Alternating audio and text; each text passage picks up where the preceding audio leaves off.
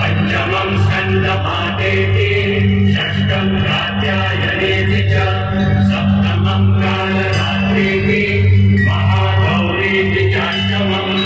नवमं सिद्धिदात्री च त्यामध्ये टाळ्याचं वाजलं म्हणजे मंडळी टाळ्या वाजल्या म्हणजे जरा टाळ्या ज्यांचे हात रिकामे त्यांनी टाळ्या वाजवायच्या जरा स्पायडर डान्स अकॅडमी डोंबिवली पश्चिम